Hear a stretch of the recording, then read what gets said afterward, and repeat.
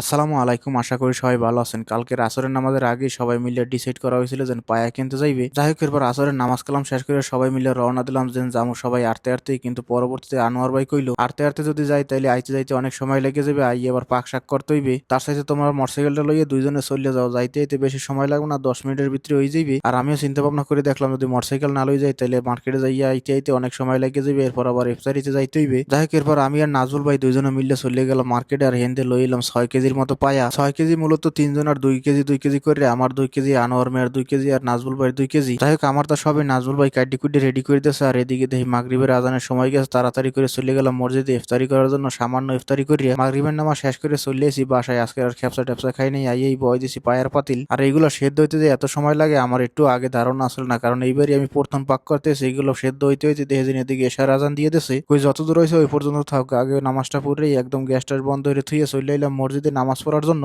আর এশারের নামাজ আর তারাবির নামাজ দোনোটা শেষ করে বাসায় গিয়ে প্রথমে চলে এলাম কিচেন রুমে, আইয়ে দিলাম গ্যাস চালু করিয়া চুলা জ্বালাই দিয়ে পাতিলের ঢাকনা উঠাই দিয়েছেন। মাশাল্লাহ, পাতিলের ভিতরে যা আসলে সব একদম জমে গেছে। জমে গেলে কিছু করার নাই, যে পরিমাণ ঠান্ডা পড়তে আছে কয়েকদিন তেমন। যাই হোক, এরপর এক পিস উঠাইয়ে চেক করে দেখলাম যে মাংস তো মাশাল্লাহ সেদ্ধ হয়ে গেছে, এখন মশলাপাতি দিয়ে দিলেই চলে। যাই হোক, এরপর মশলাপাতি দিয়ে শেষ করলাম পাক শাক, আর একটু ঘুম পড়লাম। উঠলাম আবার 4টে বাজে খাওয়ার জন্য। ঘুমের তুন ওঠার পর দিয়ে শরীরের ভিতরে আলিশে একদম গজগজ করতে আছে। কই এত আলিশামি করলে কাম হইবে না, সালাদ বানাইতে হবে, কারণ পায়ের লাগে সালাদ না হইলে ভালো লাগবে না। তাই ফ্রিজে কিন্তু টমেটো শসা আর কাঁচামরিচ বাইর করে সুন্দর মতো কুচাই সালাদ বানাই বই পড়লাম খাওয়া দাওয়া করতে। আর এগুলো খাইতে খাইতে এত সময় লাগিয়ে যায়, খাওয়া দাওয়া শেষ করার সাথে সাথেই দেখেছেন ফজরের আজান দিতেছে। চলে এলাম মসজিদে ফজরের নামাজ পড়ার জন্য, আর নামাজ কালাম শেষ করে রওনা দিলাম বাসার দিকে। আর আজকের এত পরিমাণ ঠান্ডা পড়তেছে যে কানটুহি মাথায় দেওয়া লাগছে, বুঝতে আসি না, দিনের দিন খালি ঠান্ডা বাড়তি আছে। মাঝখানে সুন্দর গরম পড়া দিয়েছিল, জ্যাকেট ট্যাকেট সব উঠাইয়ে রাখছিলাম। যাই হোক, এরপর হালকা পাতলা ঘুম দিয়ে উঠলাম সকাল 7টা বাজে। উঠে বিছান খাতা গুজগাছ করে ডিউটির ড্রেস পরে বাইরে বেরিয়ে জোতা টোতা পাই দিয়ে রওনা দিলাম ডিউটিতে জামু করিয়া। গেটের বাইরে যাওয়ার পর দেখতেছি ঠান্ডা এত পরিমাণ পড়তেছে, এক দৌড়ে উফরাইয়ে জ্যাকেট লইয়ে চলে এলাম গাড়ির ধারে। ঠান্ডা তো যা পরে পরে, কিন্তু ঠান্ডার সাথে বাতাসে কাঁপাই দিয়ে দ্বিগুণ। যাই হোক, এরপর চলে এলাম ডিউটিতে। আইয়ে প্রথমে ঢুকলাম ডাক্তার রুমের ভিতরে, যেন দেখি কি অবস্থা। ডাক্তার রুমের ভিতরে ঢোকার পর দেখে যেন মাশাল্লাহ এই জায়গার অবস্থা তো খুব খারাপ। যাই হোক, প্রথমে টেবিলের উপরে কয়েকটা পানির কাপ কোপ আসলে এইগুলো গুজগাছ করে বলদিয়ার কিসটা চেঞ্জ করে দিলাম, আর চলে এলাম প্লেয়ার রুমে। আর এ জায়গা হওয়ার পর দেখেন এ জায়গার অবস্থা বেশি একটা ভালো না। তাড়াতাড়ি করে শুরু করলাম বল দিয়ে উঠাবার কাজ। আর চা কফির কাপগুলো সব উঠাবার পরে দেখে যেন এখন আর মাক্কিনে মারার দরকার নেই, বল দিয়ে বাকেটটা লইয়ে চলে এলাম বাইরে। এটার কিসটা পাল্লাই দিয়ে শুরু করলাম মুভ মারার কাজ। প্রথমে ডাক্তার রুম, এরপর শুরু করলাম গলির ভিতরে সব জায়গায় মুভ মারার কাজ শেষ করিয়ে ভিতরেই বই বই সময় কাটাইলাম, কারণ বাইরে বাইরে ঠান্ডা লাগিয়ে দিতে পারে, কারণ প্রচুর পরিমাণে বাতাস চলতে আছে, উপরেও ঠান্ডাও আছে। একদম দুপুরের নামাজের সময় বাইরিলাম, আইয়ে জোতা টোতা খুললে ঢুকে পড়লাম মসজিদে নামাজ পড়ার জন্য। আর রোজার দিন তো এই জন্য নামাজের পরই ডিউটি শেষ। নামাজ কালাম শেষ করার পরে দিয়েছেন গাড়িও এই পড়ছে বাসায় যাওয়ার নিয়ে। আর বাসায় যাওয়ার পর দিয়েছেন গাড়ি যে কালকের বাড়ি করছিলাম, গাড়ির ভিতরে খালি তালাই মারছি, গাড়ির ভিতরে কভার লাগাই নাই। দিয়েছেন চারিদিকে বৃষ্টি বৃষ্টি সেটা পড়ছিল, সব একদম দুলে ভরে গেছে। তাড়াতাড়ি করে কভারটা বাইর করে লাগাই দিলাম।